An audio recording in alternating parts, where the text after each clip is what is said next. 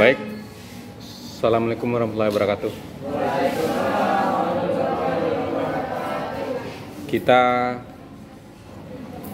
tiga ya, mata kuliah 3 buah. Jadi gimana lah rasanya kan? Tapi mau gimana lagi kan? Karena udah dikasih seperti itu gitu. Hari ini adalah pertemuan pertama metodologi. Ini mata kuliah vital lah kira-kira. Kalau di dalam kuliah itu, kalau perkuliahan itu, mata kuliah yang paling menentukan atau paling vital di dalam sebuah perguruan tinggi itu metodologi ini. Karena metodologi ini menyangkut karya kamu terakhir nanti, karya ilmiah kamu. Belakangan ini atau sebelum-sebelum ini banyak mahasiswa yang tidak tahu atau tidak paham dengan metodologi yang dia tulis. Jadi berdasarkan hasil pengalaman atau hasil yang Bapak temukan selama membimbing, selama menguji, mereka buat skripsi tapi tidak paham menggunakan metodologi apa, kan gitu. Ketika ujian atau ketika seminar bingung, kewalahan gitu.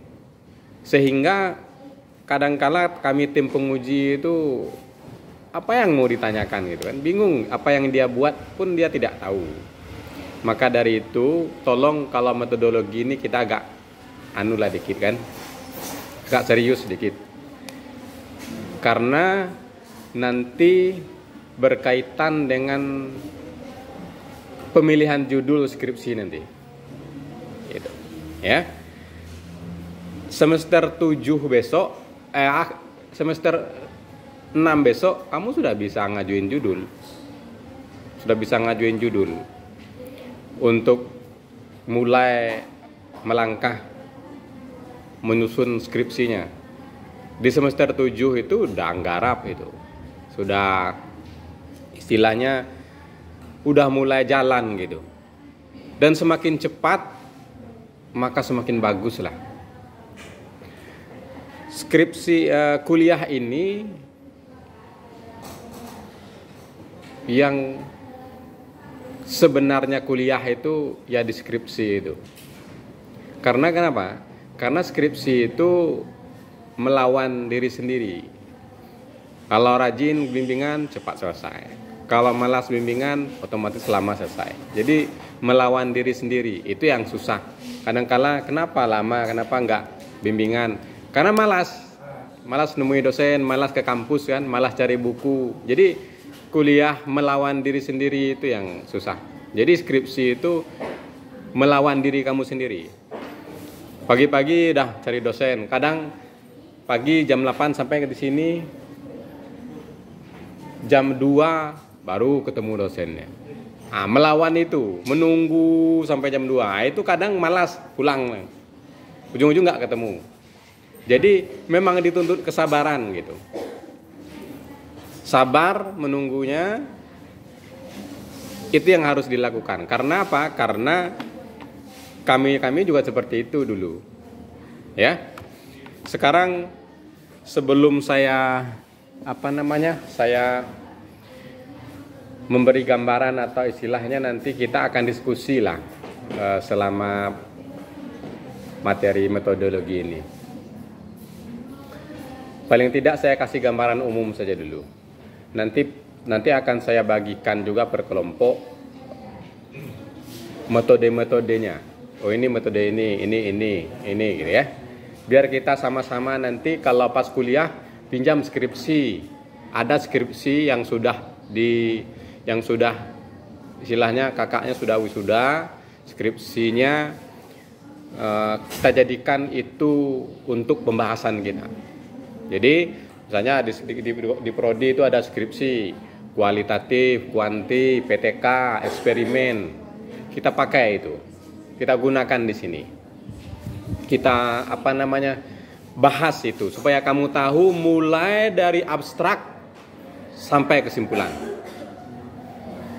Jadi skripsi itu mulai dari abstrak sampai kesimpulan.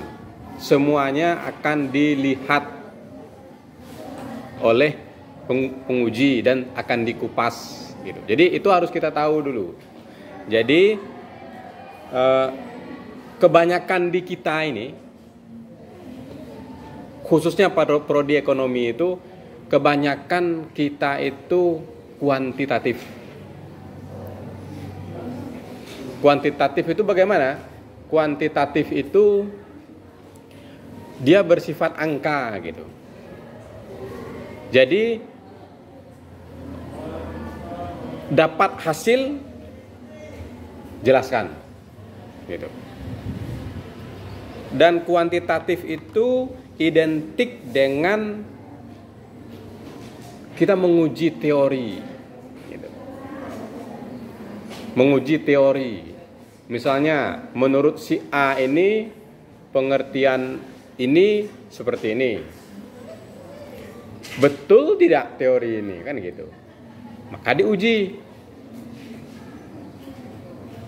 Ada dua kemungkinan. Dia bisa sesuai teori itu, bisa tidak. Dan tidak harus sesuai. Mungkin dia berbeda lokasinya. Nah, jadi di sini banyak kuanti saya lihat. Ada kuali, ada PTK juga ada. Tetapi cenderung nampaknya kalau ekonomi ke kuanti nampaknya. Tapi kalau prodi lain banyak ke kuali. Kuali itu menarasikan apa yang kita temui di lapangan. Boleh dikatakan secara simpel itu bercerita. Tetapi tidak bisa dianggap remeh.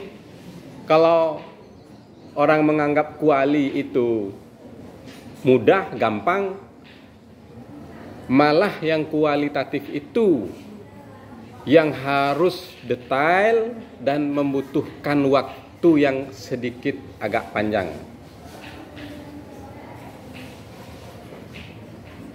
Jadi silahkan memilih sesuai apa yang kamu pahami, gitu. Boleh PTK, boleh juga. PTK gimana PTK? Ngajar di kelas. Kamu mengajar, melihat kegiatan siswa. Ada siklusnya. Nah, makanya saya bilang nanti kita coba buka skripsi pas kita diskusi selanjutnya berkelompok, nanti kita buka diskusi, bisa kita lihat di situ. Oh, ini PTK, oh ini kualitatif, oh ini eksperimen.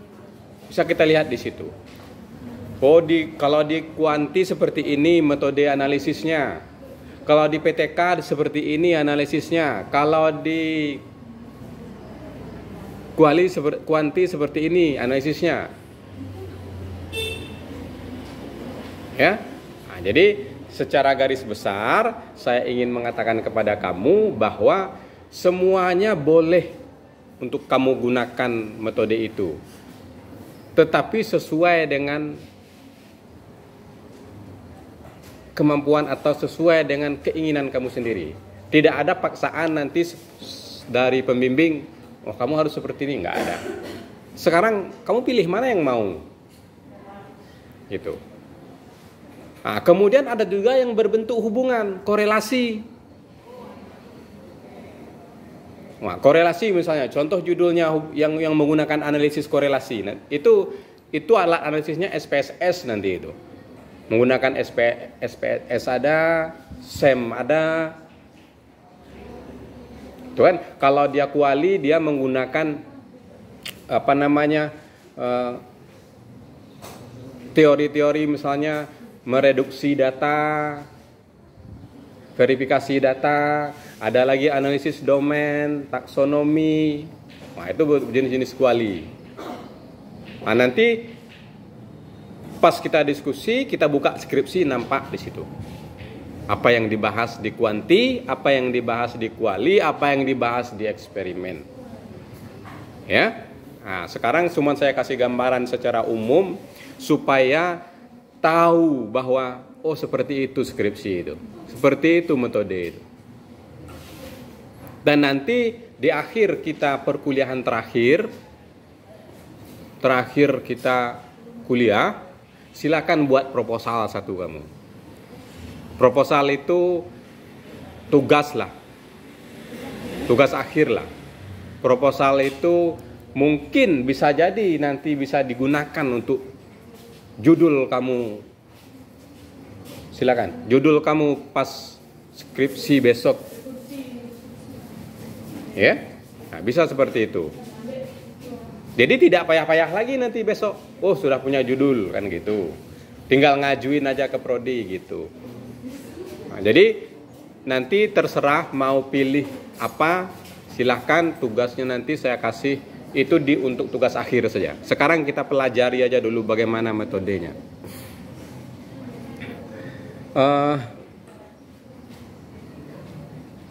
Saya jelaskan sedikit. Kita mulai dari abstrak. Nah, gini ya. Abstrak sampai ke kesimpulan. Itu isi dari skripsi. Dia ada bab 1, bab 2, bab 3, bab 4, bab 5. Itu merupakan istilahnya gambaran besar dari skripsi. Kita kupas satu-satu dulu.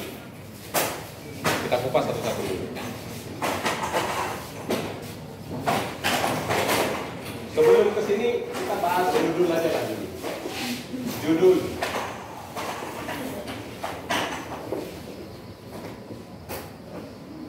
Biar tahu perbedaannya gitu.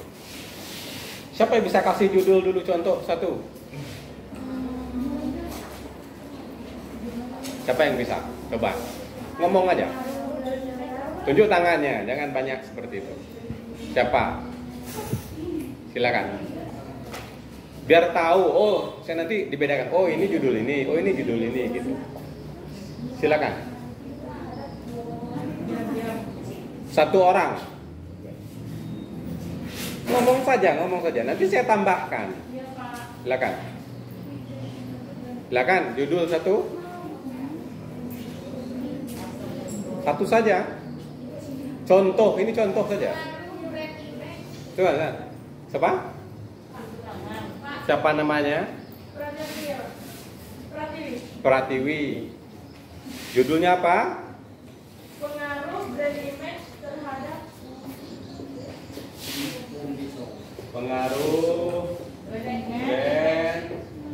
image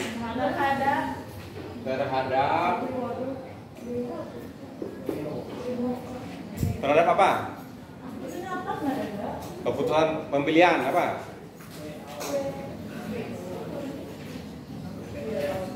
Pengaruh brand image terhadap keputusan pemilihan apa? Terhadap pemasaran apa? Nah contohnya terhadap keputusan pemilihan aja misalkan. Ada lagi yang bisa ngasih judul lagi?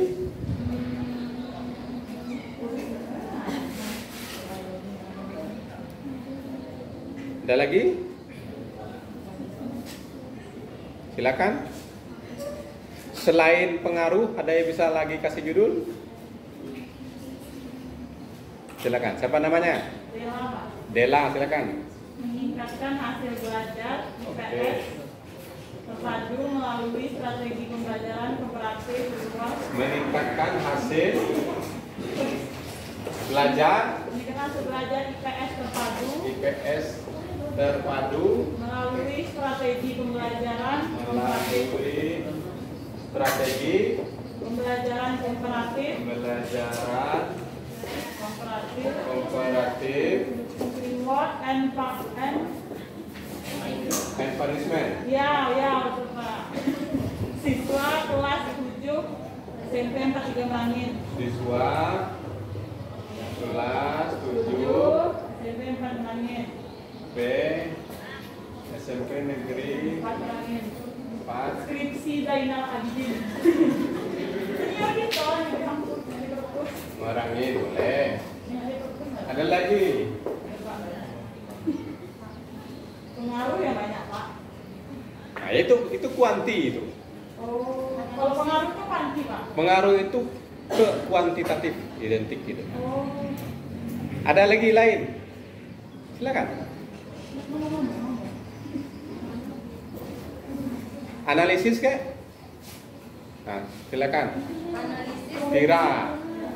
Analisis tingkat tingkat literasi literasi keuangan syariah masyarakat usia produktif. Oke, ada lagi. Silakan.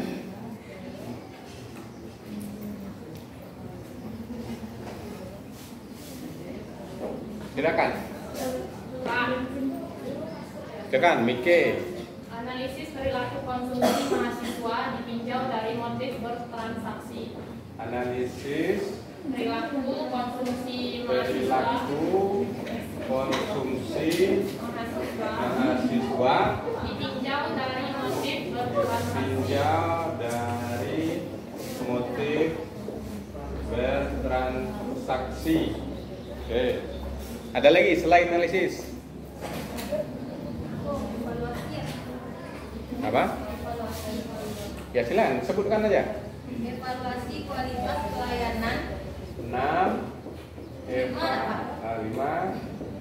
evaluasi kualitas pelayanan pelayanan dengan metode AIRQUAL. Hah? AIRQUAL. Equal Ya Pak. Terus? Important performance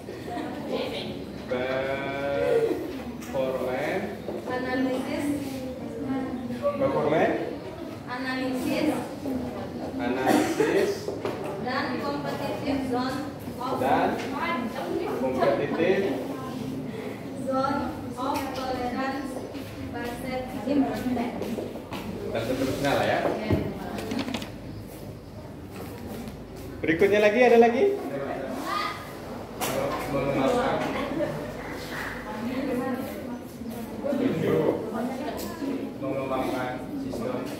Mengembangkan sistem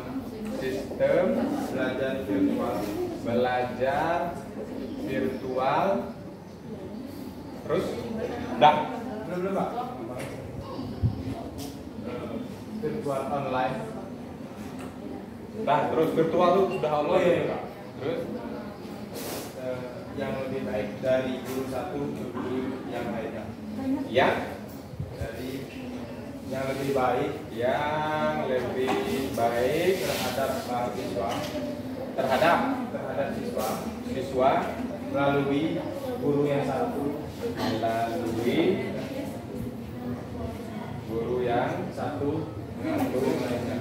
dengan yang lainnya. Nah, kita bedakan lagi. Udah ada 6. 7 Pak. 6. 6 ya? 2, 3, 4, 5, 7 Pak. Kita bedakan.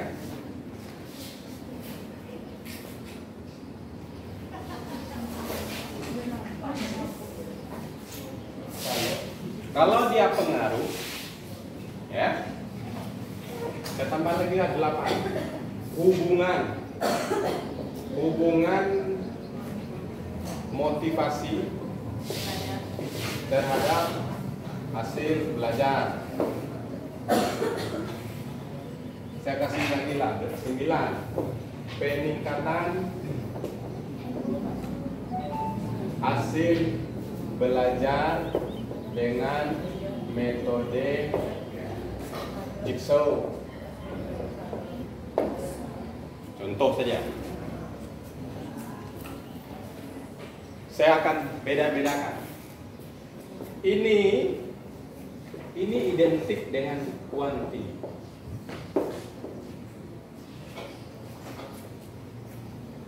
Pengaruh identik dengan kuantitatif. Melihat pengaruh. Pengaruh apa? Pengaruh ini terhadap ini. Ini X, ini Y.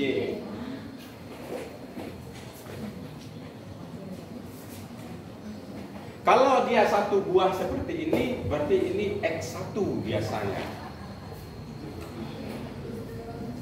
Tetapi kalau dia dua buah X-nya, misalnya pengaruh brand image dan apalagi selain itu, dan promosi misalnya, dan promosi terhadap kebutuhan, berarti ini X2, ini Y nya.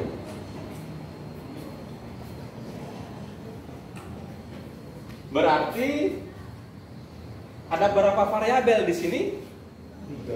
3 variabel. Tapi kalau tidak pakai ini,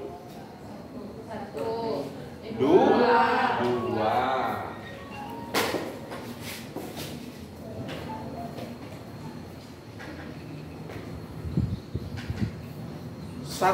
Dua dan 3 itu berbeda metode analisisnya. Kalau 2, dia kalau menggunakan SPSS berarti dia menggunakan linear sederhana. Kalau dia ini berganda. Regresi linear sederhana, regresi linear berganda. Itu yang nomor 1. Kebanyakan di sini mengambil 2 variabel saja.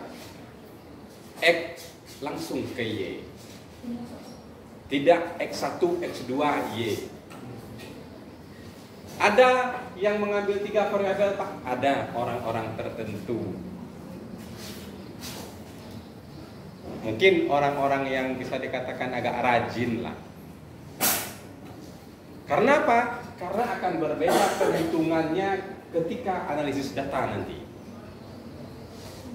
Kalau dia 3 variabel menggunakan regresi linear berganda, ada namanya uji asumsi klasik di SPSS itu yang sedikit banyak daripada ini. Kalau dia linear sederhana, dia cukup menguji normalitas, linearitas langsung ke regresi sederhana.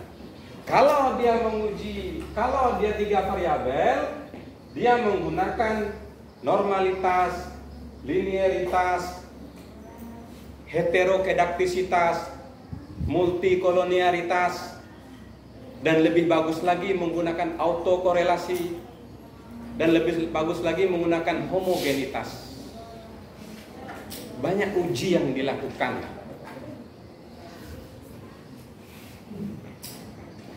Kalau ini 2 uji, langsung dia ke linear. Kalau ini tambahnya multi, hetero, auto, homo. Berarti 2, 3, 4, 5, 6. 6 ujinya. Baru dia masuk ke uji analisis linear berganda. Makanya kebanyakan mahasiswa di sini hanya mengambil yang 2 variabel biar cepat selesai skripsi.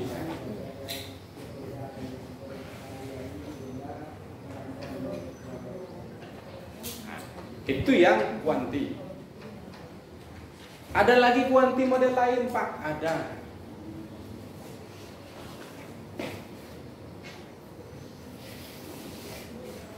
Kuanti yang saya contohkan yang nomor 8 ini adalah hubungan. Hubungan itu adalah korelasi.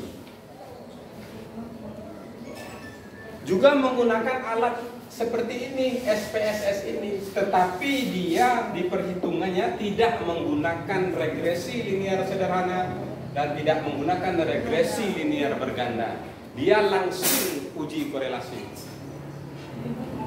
Tetapi tetap melakukan langkah 2 uji ini, normalitas, linearitas, dan langsung ke uji korelasi.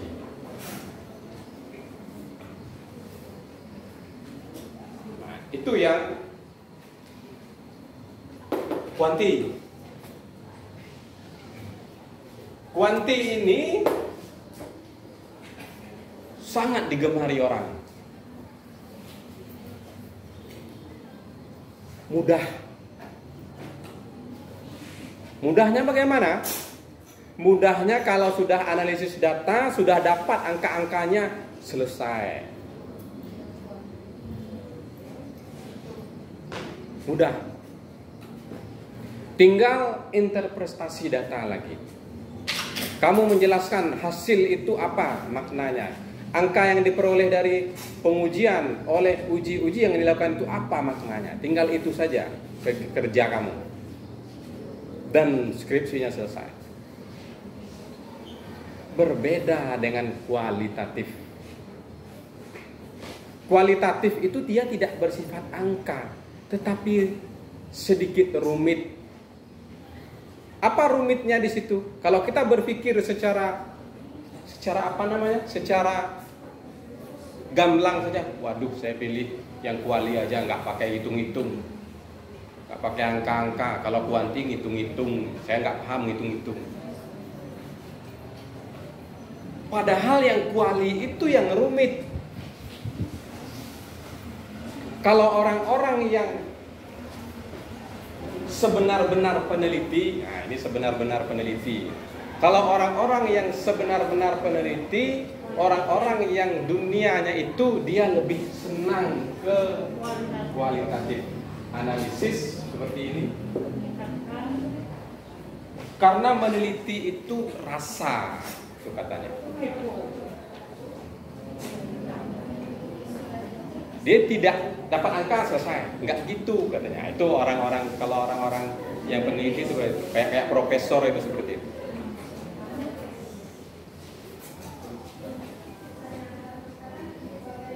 Jadi pernah kemarin di sini 2018 kami berapa orang itu? 4 orang dapat hibah penelitian dari Kemenristek Dikti. Saya, Pak Muklis, siapa lagi itu? Dosen lain bahasa Indonesia, rombongan Ibu Sri, kami berempat, pokoknya ada dari Indonesia, ada dari kita. Profesor yang menguji kita kan gitu, sudah meneliti kan diuji di sini. Seminar hasil kita seperti itu. Dia lebih cenderung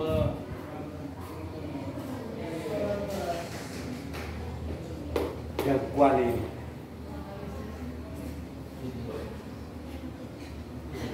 lebih cenderung gitu. Kan kita punya penelitian dikirim ke Jakarta, nanti diseleksi oleh Kemenristek Dikti siapa yang dapat dana berhak untuk meneliti kan gitu. Jadi nanti setelah dikasih duit kita neliti, dari itu kita persentase. Ada tim penilai dari luar datang, gitu kan? Nah, di sini seminar 2 kali seminar akhir dengan seminar awal. Nah, jadi sebenar-benarnya penelitian yang bagus itu kalau menurut beliau yang uji kami itu adalah yang kualitatif. Karena apa? Karena disitulah dibutuhkan pengembangan wawasan orang yang bisa mengeluarkan semua apa yang ada di otak pikirannya dan bisa menarasikan, menceritakan apa yang ada di lapangan dituangkan ke dalam sebuah tulisan. Kalau yang ini katanya dapat angka selesai. Gitu. Ini bisa digunakan atau bisa dicari dengan menggunakan SPSS, bisa dengan SEM atau Smart PLS.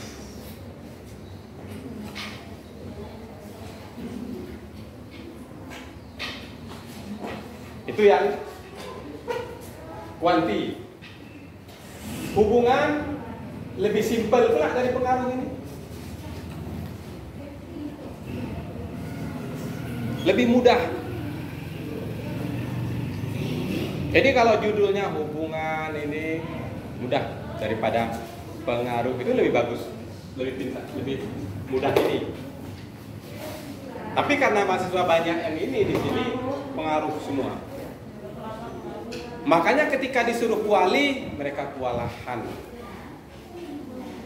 Itu ada kemarin itu beberapa orang trip ini yang ngambil kualitatif tidak maksimal hasilnya dan kewalahan ketika diuji. Jadi itu contoh. Sekarang kita lihat ini yang nomor 2, meningkatkan hasil belajar IPS terpadu melalui strategi. Ini bisa dijadikan kualitatif, bisa dijadikan PTK. Penelitian tindakan kelas. Sudah belajar kemarin PTK? Belum Pak. Tapi semester besok apa betul? TK kan Penelitian tindakan kelas. tindakan. Ya. Ada mata kuliah itu besok itu, ter-7.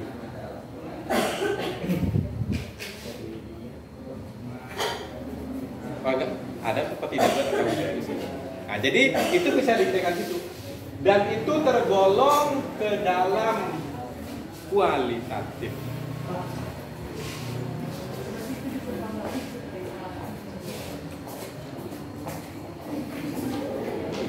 Kuali bagaimana? Kualitatif itu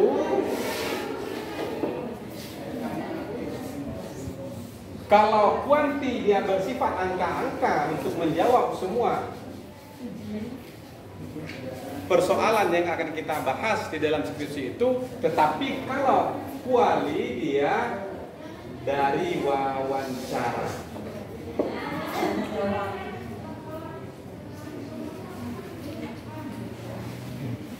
Teknik analisisnya wawancara. Misalnya, analisis ini. Analisis tingkat literasi bank syariah.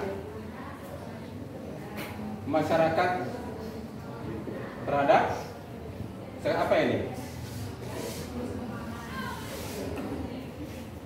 Nah, analisis konsumsi mahasiswa ditinjau dari motif bertransaksi. Nah, yang mau dianalisis tentang konsumsi mahasiswa.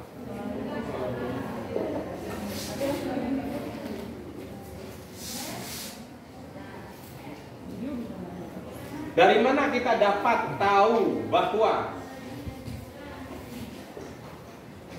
konsumsi mahasiswa itu misalnya, saya setiap hari konsumsi saya makan 3 kali sehari, duit jajan 50.000, kemudian berbelanja di warung 30.000, 20.000 saya tabung.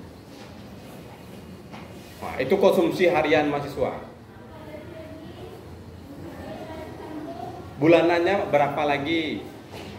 Dari mana kita tahu itu? Karena ini dia kualitatif, maka kita melakukan wawancara. Dengan siapa kita melakukan wawancara? Dengan mahasiswa, objek penelitian.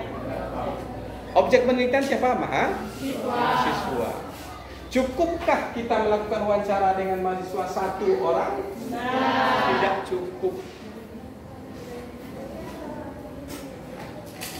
Semakin banyak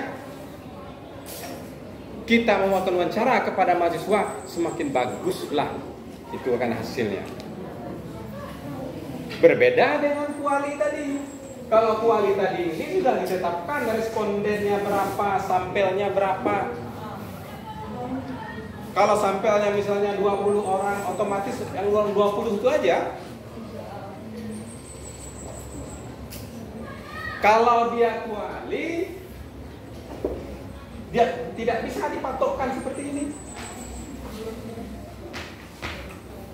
Bertanya dengan si A, belum terjawab tentang ini, lari ke si B. Bertanya ke B, belum terjawab juga, lari ke C. Sampai kapan? Sampai semua yang kamu inginkan itu dapat. Kalau dia sudah dapat di angka 40 orang, berarti 40 orang narasumber kamu, informan kamu di dalam penelitian itu. Kalau dia sampai 50 orang baru bisa menjawab konsumsi ini, berarti 50 orang lah. Kalau dia 100 berarti 100. Kalau dia 1000 berarti 1000. Berarti sifat kualitatif itu adalah seperti bola salju menggelinding, semakin lama semakin besar, semakin lama semakin besar. Yang biasa disebut dalam pengambilan sampel snowball atau korpus. Yang metodologinya adalah itu tergolong kepada sampel non probability. Kalau kuantitatif dia adalah identik ke dalam pengambilan sampel probability sampling. Sifatnya kuanti ini keterwakilan. Oh, populasinya 500. Sampelnya 40 orang. Kenapa 40? Udah mewakili orang 500 ini. Yang berapa kita olah? Yang 40 ini kita olah. Kalau kuali tidak seperti itu. 500 sampai 500 itulah yang diolah. 500 itulah yang kita tuangkan ke dalam tulisan kita. Maka dari itu orang tidak mau ke kuali karena katanya ribet, susah, dan tidak mau merumit-rumitkan pekerjaan atau kata-katanya. Nah, itu yang berkaitan dengan judul. Analisis, kuali, evaluasi, di sini bisa PTK, bisa kuali. Ini kuali, ini peningkatan, bisa PTK.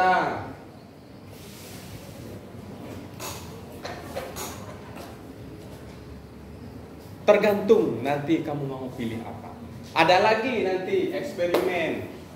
Makanya besok minggu depan ambil skripsi kita bawa, kita lihat. Biar kamu tahu perbandingannya. Bab 3 itu akan kita lihat. Oh, ini metodenya. Di kuanti ini metodologinya. Di kuali ini metodologinya.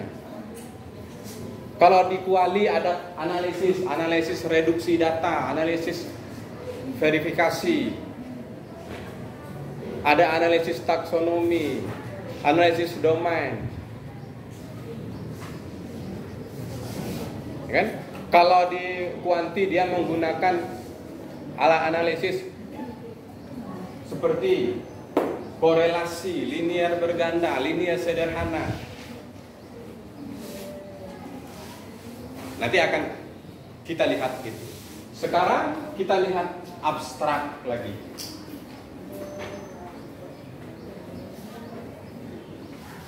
Pernah kan lihat skripsi? Pernah. Pernah lihat abstrak? Apa itu abstrak? Coba. Apa?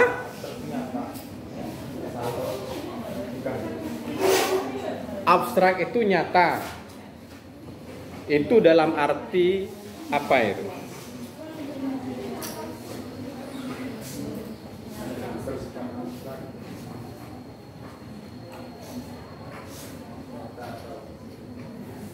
Kalau di dalam skripsi apa abstrak?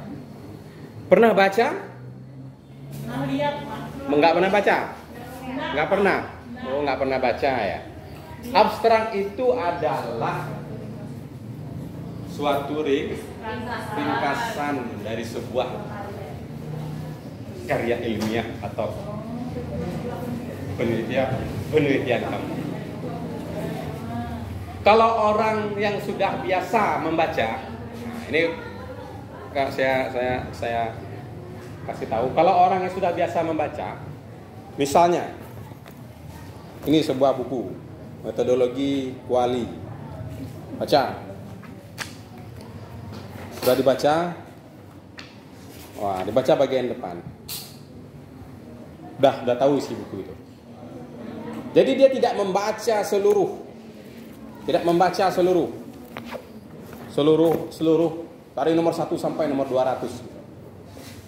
Itulah gunanya abstrak ini, memberi gambaran hasil dari skripsi. Kalau tim penguji sudah baca abstrak, oh gini, udah nanya lagi itu. Ini hasilnya. Dibuka, lihat bab 4, oh iya betul nggak apa yang dibilang abstrak nih? Nah, udah itu kamu ditanya. Berbeda sama latar belakangnya Pak. Berbeda kan? Abstrak itu adalah ringkasan hasil dari penelitian kamu. Latar belakang berbeda. Jadi dia isi abstrak itu adalah tujuan penelitian, isinya, manfaat penelitian, metodologi penelitian, kegunaan. Ada sering orang nambah, apa gunanya penelitian ini? Untuk apa?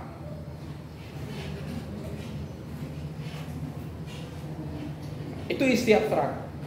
Abstrak itu dibagi, tidak boleh melebihi 300 kata. Ada orang bikin abstrak 1 halaman portofolio, enggak, itu abstrak. Ada orang bikin abstrak 1 halaman APS, 1 halaman A4 itu. Abstrak itu tidak boleh lebih dari 300 kata isinya di dalam itu. Lebih dari ini disuruh tukar. Kurang lebih bagus. Maksimal berarti Kak ya? Maksimal, tidak boleh lebih. Makanya ringkasan. Nah, itu abstrak. Kemudian bab 1. Bab 1 inilah identik dengan latar belakang. Latar belakang itu apa? Coba kamu secara gamblang aja. Latar belakang saya seperti ini. Latar belakang itu apa? Menceritakan apa itu?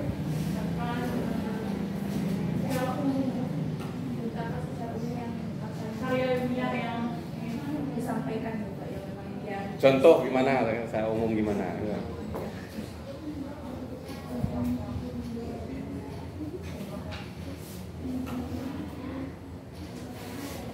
Menceritakan apa itu latar belakang? Apa? Pemahaman kepada pembaca. Apa yang diberikan dipahami itu? Suruh orang paham tentang apa di latar belakang itu? Hah? Karya itu belum dilakukan, itu belum dapat hasil karya itu. Kan baru mau dibuat, kok sudah menceritakan hasil karya? Ini baru mulai langkah awal ini. Mau nyangkul, oh udah cerita padi. Padahal baru nyangkul ini. Wah nyangkul, 1, 2, 3, 4, tak mungkin cerita padi kan? Padinya belum panen lagi. Baru mulai apa yang kita ceritakan baru mulai itu? Apa dasar-dasar itu apa? Secara real sajalah, konkret. Kamu mau meneliti di mana misalnya? Di dusun mana? Salam buku. Apa yang kamu ceritakan di latar belakang itu? Sejarah salam buku itu. Sejarah. Apalagi? Kehidupan masyarakat. Keadaan masyarakat. Apalagi? Lingkungan. Apalagi? Perekonomian. Yang jelas tentang keadaan daerah penelitian. Namanya adalah fenomena penelitian. Kamu mau cerita misalnya, tadi latar belakangnya pengaruh brand image. Misal, saya tanya, brand image itu apa?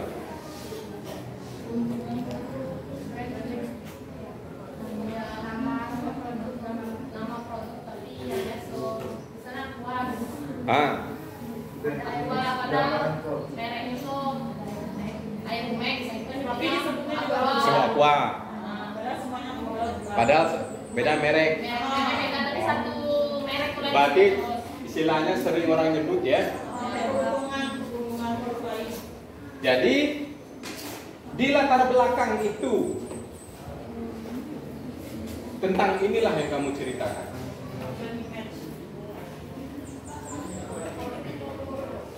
Yang kedua tentang ini. Kalau dia 2 variabel. Kalau 3 tentang ini.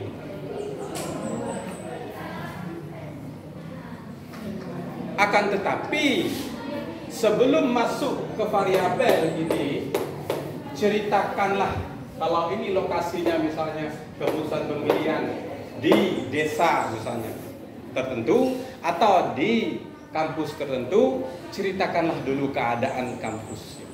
Ceritakanlah dulu keadaan desa. Misalnya, di mana orang di desa itu menyebut atau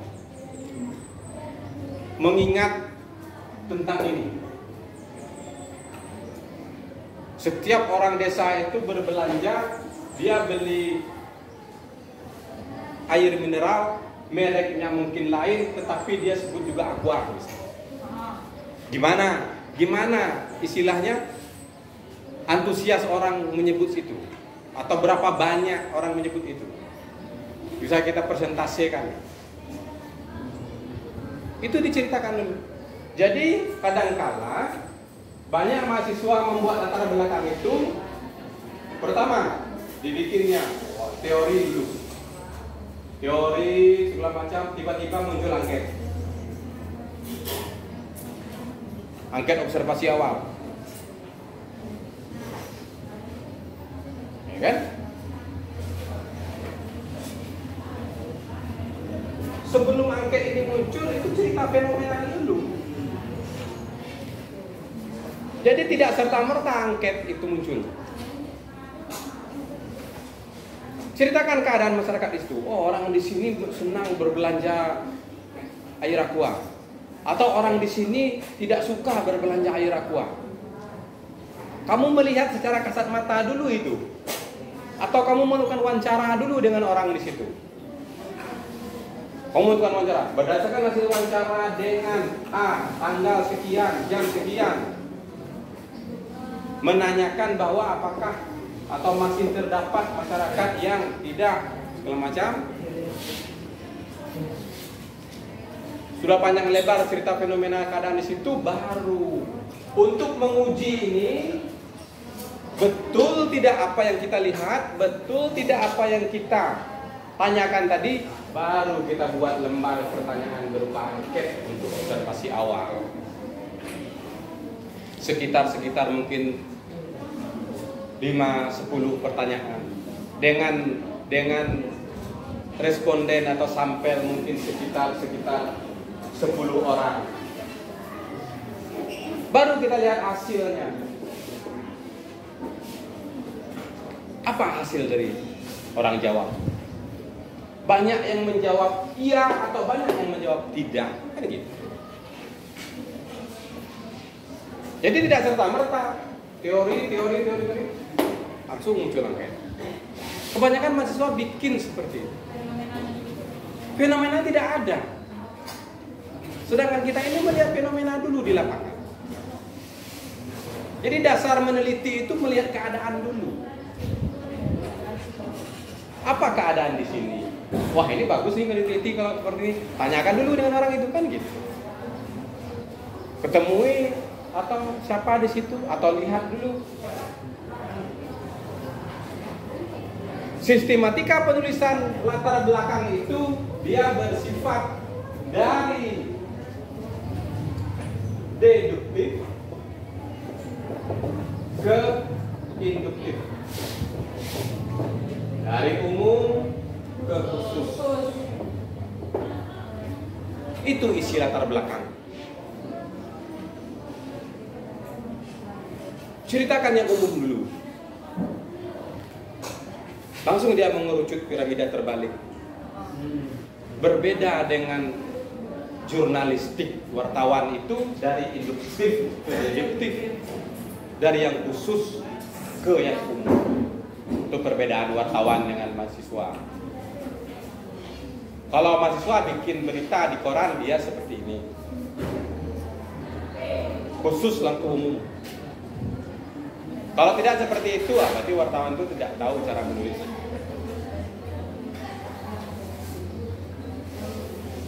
Itu untuk latar belakang.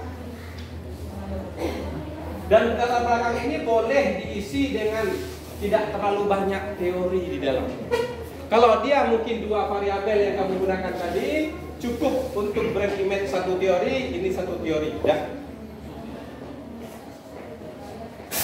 Yang selebihnya fenomena. Dan boleh ditambah satu penelitian yang sudah pernah dilakukan oleh orang sebagai penunjang. Oke juga, boleh juga.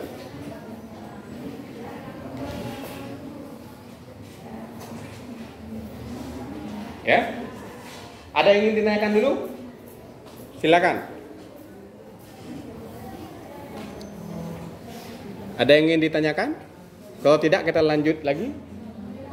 Bab 2. Bab 2 isinya adalah grand theory.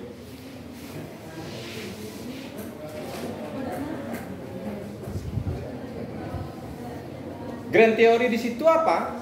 Teori yang akan kamu uji. Makanya mahasiswa ditanya, kamu meneliti tentang apa? Apa grand teorinya? Bingung. Mana grand teorinya? Buku siapa yang kamu pakai? Nggak ada buku. Ngopi di internet. Jadi penelitian itu silakan menggunakan 2 referensi yang secara formal, buku dan jurnal.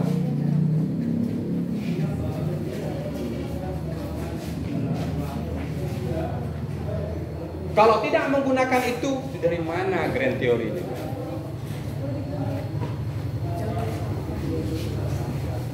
Semakin banyak buku yang digunakan, semakin banyak jurnal yang digunakan, semakin bagus untuk grand, untuk isi bab 2. Tetapi tetapkan satu teori dulu yang sebagai grand teori kamu. Misalnya tentang brand ini dengan 2 ini. Kalau brand ini menggunakan buku si A, jurnal si A. Ini menggunakan buku si A, jurnal si A. Ingin menambah teori lain, boleh pakai buku B, C, D, E, F, G, H, J. Tetapi untuk grand teori, buku A itu. B, C, D, E itu tambahan, memperkaya khasanah Fokusnya di satu dari penelitian itu. Fokusnya satu buku grand theory. Tetapi cari buku lain yang sama seperti itu.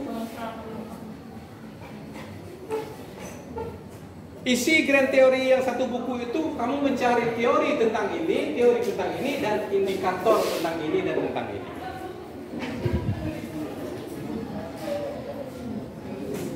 Karena indikator itulah yang akan dijadikan instrumen dasar membuat instrumen penelitian, yaitu angket itu nanti. Ya, nah, jadi jangan tidak ada teorinya. Dan lebih bagus gunakan jurnal. Saya bilang tadi. Satu buku, satu jurnal, atau buku aja, jurnal aja, Pak? Semua, kedua-duanya. Satu buku, satu jurnal. Semakin banyak jurnal semakin boleh untuk teori. Tetapi kirain teorinya tetap ada satu. Satu. Jurnal buku ini Kalau jurnal, jurnal. Satu. Nah, Tapi jurnalnya untuk menambah teori-teori lain. Misalnya, kan banyak buku dan banyak jurnal. Menurut si A, brand award ini, menurut si B ini, menurut si C ini, menurut si D ini. Yang ingin diuji yang menurut si A. Kan gitu.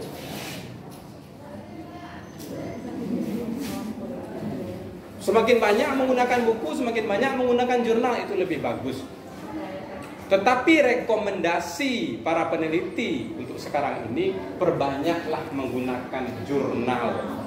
Kenapa jurnal? Karena jurnal itu dia baru setiap semester, setiap tahun.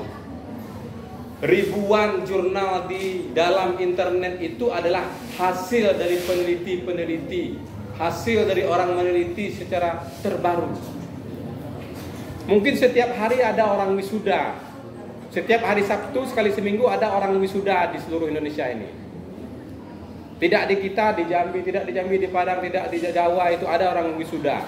Orang wisuda itu dia punya jurnal, semua mahasiswa itu diupload ke internet.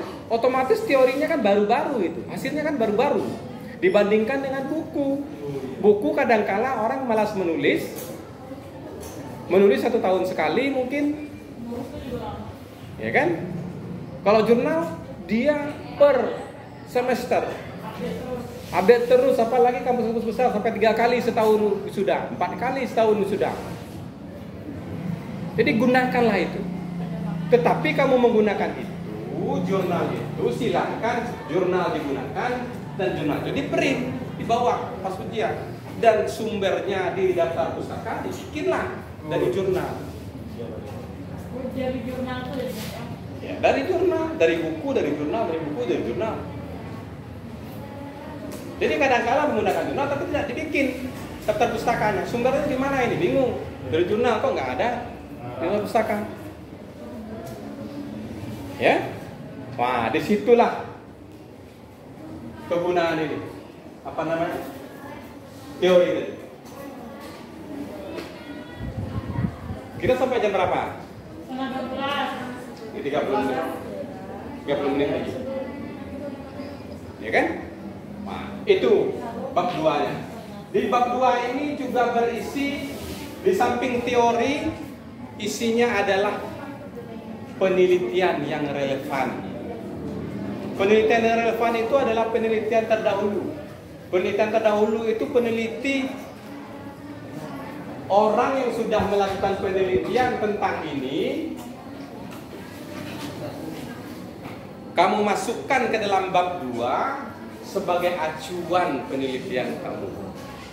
Minimal 3 penelitian orang lain yang kamu masukkan. Jadi sama ini kita masukkan ke jurnal tadi. Hasil punya orang itu. Misalnya si A itu meneliti tentang pengaruh brand image terhadap konsumsi, tidak terhadap keputusan pemilihan. Boleh. Yang jelas dia ada kesamaan satu variabel boleh. Atau ininya beda, atau ininya beda boleh. X-nya beda, Y-nya beda boleh. X ini sering disebut dengan variabel independen. X, Y ini variabel dependen. Independen itu variabel apa? Bebas. Dependen itu variabel P terikat. Variabel ini independen ini adalah variabel yang mempengaruhi variabel Y, variabel keputusan. Variabel keputusan ini, variabel Y ini variabel yang dipengaruhi oleh variabel M. Jadi kadang mahasiswa ditanya, Apa variabel independen kamu? Bingung, mana variabel independen? Apa variabel dependen kamu? Bingung juga. Jadi pada dependennya apa? Bingung juga. Karena apa? Karena konsepnya tidak paham. Jadi variabel dependen ini variabel yang dipengaruhi oleh. Nah, itu merupakan dari isi dari bab 2. Yang terakhir isi bab 2 adalah kerangka berpikir dan hipotesis penelitian. Kerangka berpikir dan hipotesis itu misalnya Brand Awards ini X, contoh kerangka berpikirnya. Pernah lihat skripsi yang ada gambar bagan di dalam? Gambar apa? Yang ada bagan di dalam?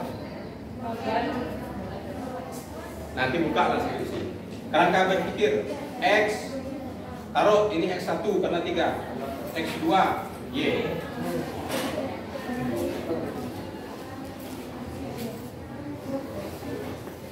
Ini kalau dia 3 variabel, ini ke sini X1 ke Y, X2 ke Y. Nah, itu 3 variabel. 3 variabel. Melihat pengaruh X1 brand awareness kepada keputusan pilihan, kemudian melihat promosi keputusan pilihan. Setelah melihat satu-satu, ya, setelah melihat satu-satu, baru melihat secara keseluruhan.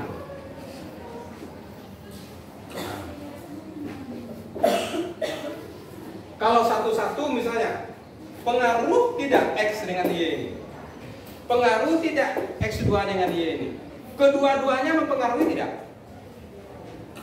Jadi ada 3 yang ingin dibahas di situ, 3 hipotesis penelitian di situ. Yang pertama melihat X1 ke Y, yang kedua X2 ke Y, yang ketiga adalah X1 dan X2 ke Y. Bunyi hipotesisnya adalah apa? Hipotesis penelitian berbeda dengan hipotesis statistik. Hipotesis penelitian dia berada di bab 2, hipotesis statistik dia berada di bab 3.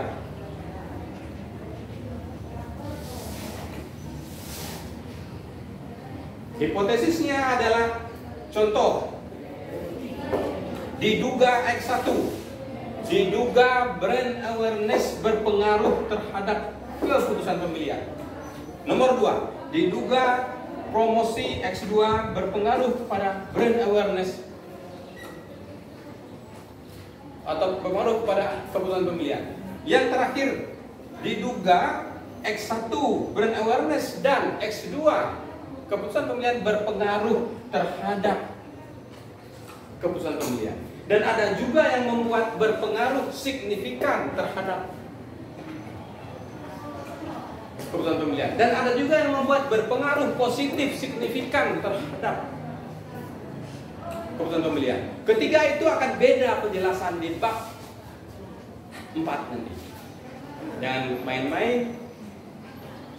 Kata berpengaruh dengan signifikan, dia sudah ada 2 penjelasan. Positif ada lagi idenya. Apa itu maksud positif di sini? Kata penguji. X1 berpengaruh signifikan positif terhadap Y. Apa maksud positif di situ? Yang dikatakan baik bagaimana?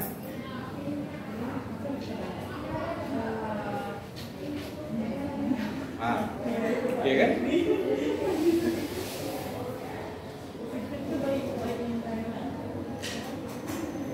Kalau signifikan yang bagaimana? Jadi ada penjelasan tersendiri nanti di bab 4.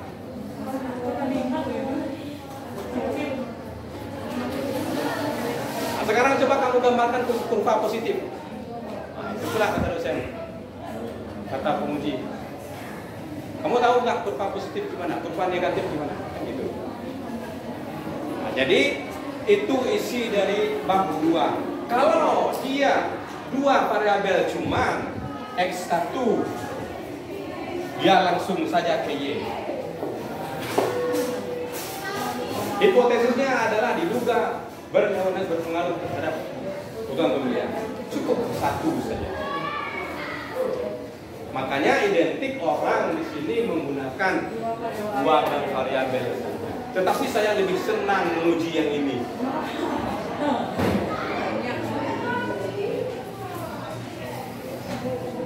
Enak menguji yang seperti ini. Ini bentar selesai. Okay.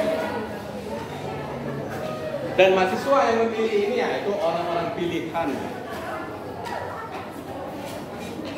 Kebanyakan sampai di prodi kalau udah ngajuin judul, kalau anak bimbingan saya kadang itu udah kamu 3 variabel aja. Sampai di prodi nggak usah lah. Nanti nggak selesai anakku.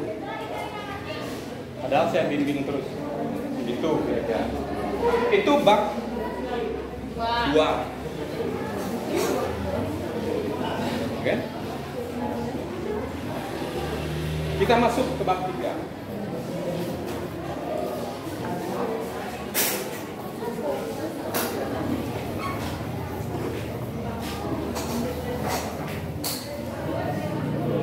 Sorry, itu kuanti tadi.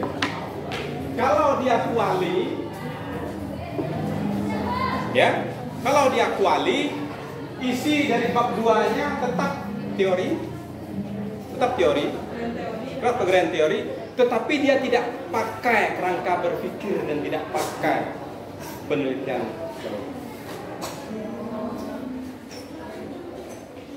Penelitian dulu pakai, kerangka berpikir tidak pakai. Jadi bikin bab 2 itu gini caranya. Dari Y dulu, baru X. Misalnya, pengaruh ini brand image terhadap keputusan pembelian. Yang dibahas di bab 2 dulu, ini dulu. Baru keputusan pembelian yaitu menurut ini. Si A, si B, ini. Si C, ini. 3 ini simpulkan dengan bahasa kamu. Itu isi bab 2. Kalau tidak disimpulkan ini, coret. Kalau kamu tidak menyimpulkan.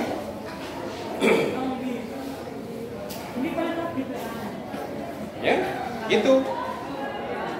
Kuanti seperti ini, kuali seperti ini. Itu bab 2-nya. Baru cerita YX. Isinya ada indikator. Ya. Ya, silakan. Ya. Nah, itu. Kalau dia PTK, nah PTK ini sama juga. Tetapi di PTK itu di kerangka berpikir atau yang sama saya bilang gambar ini, dia ada siklus namanya. Siklus 1, masuk siklus 2, 3, 4. Nanti kita lihat bagian itu deskripsi. Ya. Kemudian bab 3. Bab 3 inilah metode yang kita gunakan apa? Ya. Di bab 3 inilah mahasiswa menjelaskan dia menggunakan metode apa. Metode kuanti kah? Kuali kah? PTK kah? Eksperimen kah? Atau pengembangan kah? Ya kan? Atau korelasi kah? Di situ kita membutuhkan buku. Buku apa? Buku metodologi penelitian. Makanya di setiap mahasiswa sering ujian itu bab 3-nya menggunakan metode apa? Metode ini buku siapa? Ditanya. Bukunya mana? Ditunjukkan, dibawa pas ujian, dibawa pas seminar.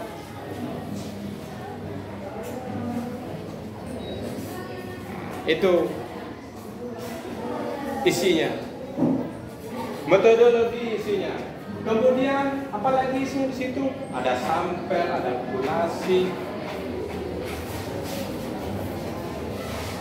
ada uji prasyarat kalau dia kuanti, ada uji asumsi klasik.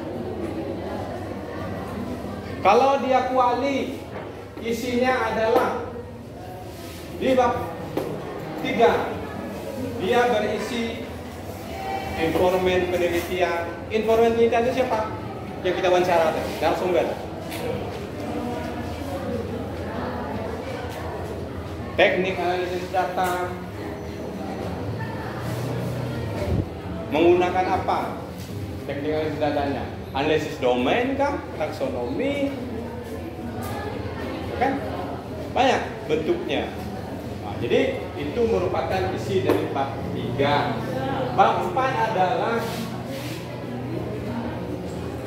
pembahasan dari hasil penelitian kamu.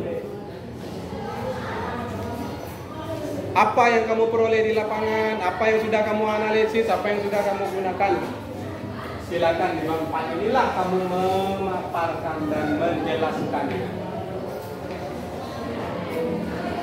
Bab 5 baru kesimpulan. Kalau dulu ada bab, kalau bab 4 ini gambaran umum daerah penelitian. Bab 5 ini adalah hasil pembahasan. Bab 6 baru kesimpulan saran. Tadi sekarang tidak pakai itu, sampai bab 5 saja kesimpulan dan saran. Terakhir daftar pustaka dan lembar lampiran.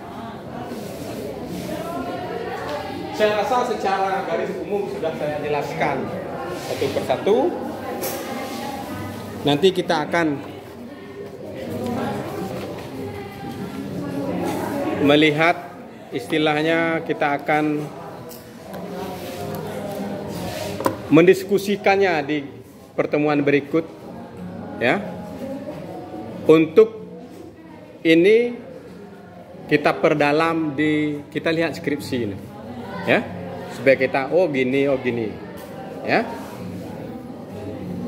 Ada yang ingin tanyakan? Tidak ada?